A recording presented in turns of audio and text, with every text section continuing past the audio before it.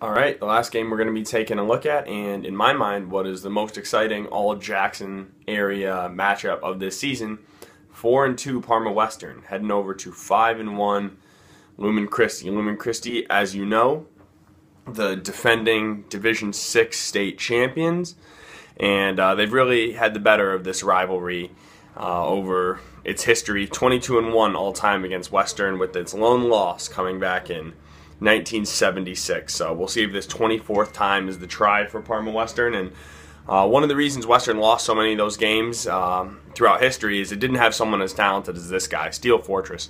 Fortress has been, I think, unquestionably the best quarterback in the Jackson area, and is really just a couple of feet away from having Western 6-0 right now. Western's first loss came on a last-second pass from Marshall. Marshall won 41-36. Then last week, Western had the ball first and goal on the 5-yard line with about 30 seconds left against Harper Creek and was stuffed 4 consecutive times, unable to push it across, and suffered its second loss, 33-28. Lumen Christi also lost to Harper Creek 22-21 in overtime, its first loss since losing to Harper Creek the year prior. But with Lumen Christi, it really starts up front with these guys, and that's why it's continued its success. I mean, Ben Pelletier, Austin Maynard, Ian Williams, Mike Richards, even the tight ends, Dayton Keller and Cam White, they really get in the action for Lumen Christi and help that offense get going, passing and rushing. But rushing is this team's MO, which brings us to Sebastian Toland. Toland more than 1,000 rushing yards already in just 6 weeks, despite only playing a half in at least one game, if not 2. And another thing with his rushing ability, much like Bo Bell, what that did was open up the passing game for receiving threats like Dayton Keller. Keller really starting to come into his own, a couple touchdowns the last few weeks. And he's a big physical presence. He was the best player on the basketball team.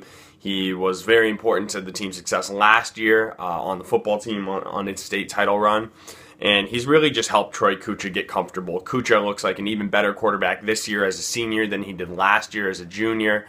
Herb Brogan said that, he really has full control of this team and this offense.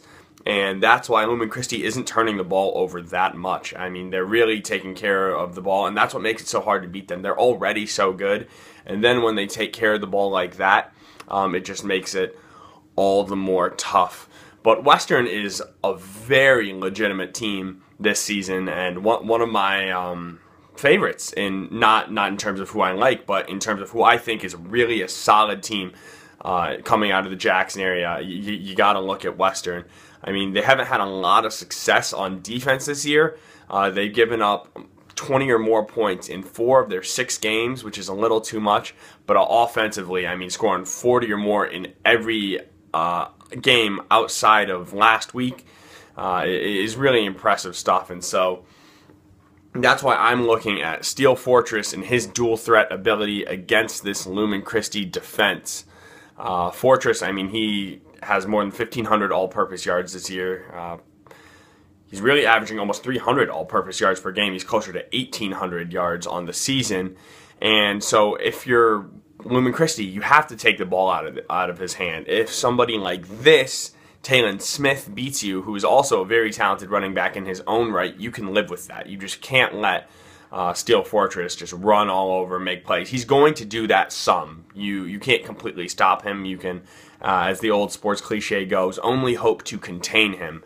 Because he will find also this gentleman, Eric Pape, who has been one of his favorites in the passing game. But I don't think that's going to be enough for Western. I'm not sure how Western is going to be able to bottle up Sebastian Toland, which is why you're going to see this young lady on the field quite a bit, I imagine, Colleen McDonald. McDonald is the first female to score points in Lumen Christi's varsity football history when she has kicked her first extra point in a game against West Catholic earlier this season, and has only gone on to have a very nice season. So Troy Kucha finding Dayton Keller and Tanner Martinez in the passing game, Sebastian Toland getting the rushing attack going, bottling up Steel Fortress. Those are just a few of my keys for Lumen Christi to win this game, which I think it will. And this will be the only game that I think Western doesn't keep that close. I have Lumen Christi winning this one 38-17, but I'm really interested to see how Western can look against top competition.